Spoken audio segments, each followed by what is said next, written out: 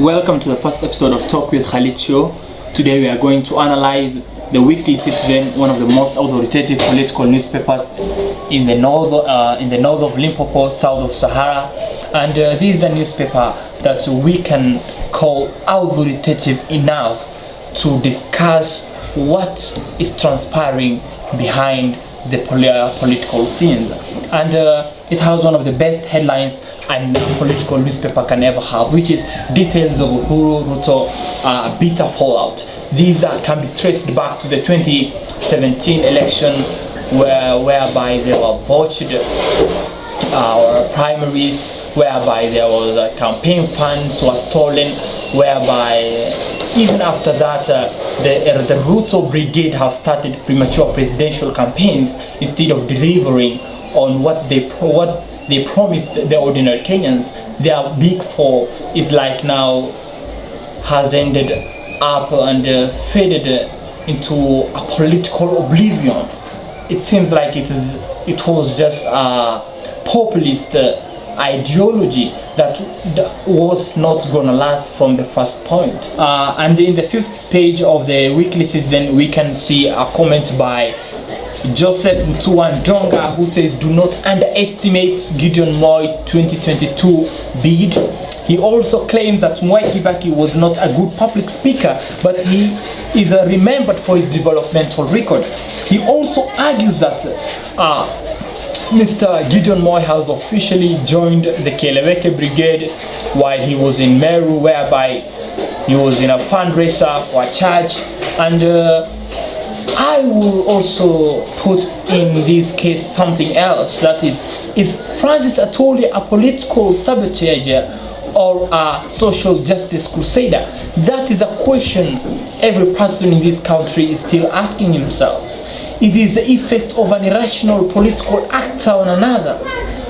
The advice from the school of rational thought is that do not win war with a lot of casualties, because you are going to suffer the wrath of what is going to transpire after that. And as a nation, we do not need high voltage politics. On the 6th page of the Weekly Citizen, we can see a story about the KU hospital, whereby the writer calls another scam in the making. This is about Miss Alice Mugenda, who is a renowned scholar in research. But there's something that has always been haunting her back.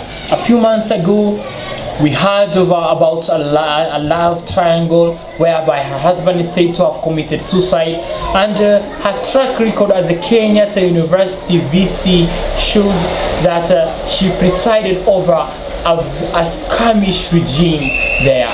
And now that she is part of the Judiciary Service Committee, I do think that it's the right time to investigate the scandals that happened when she was at the helm of the great university. And in the political and society section of the Weekly Citizen, we see a story about Kalonzo's hand in Kibwana woman rep and sales battle.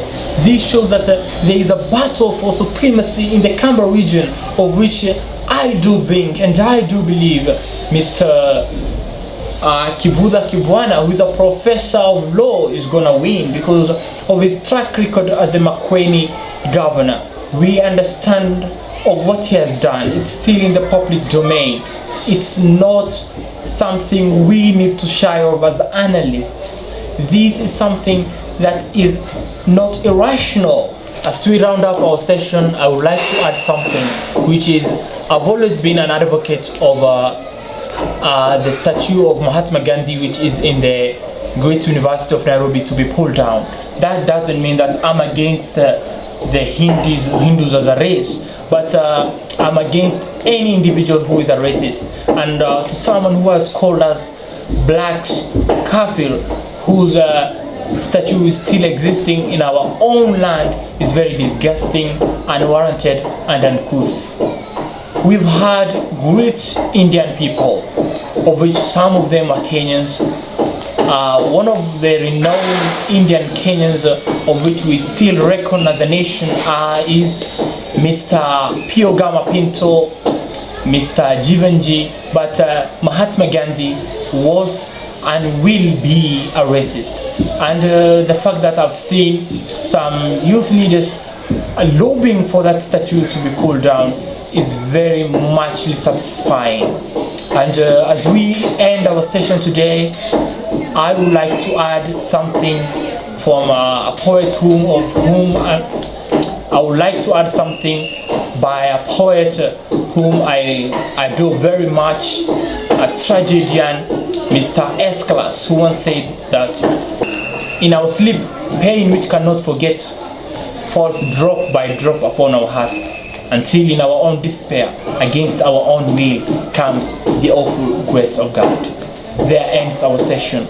God bless you all. God bless Kenya.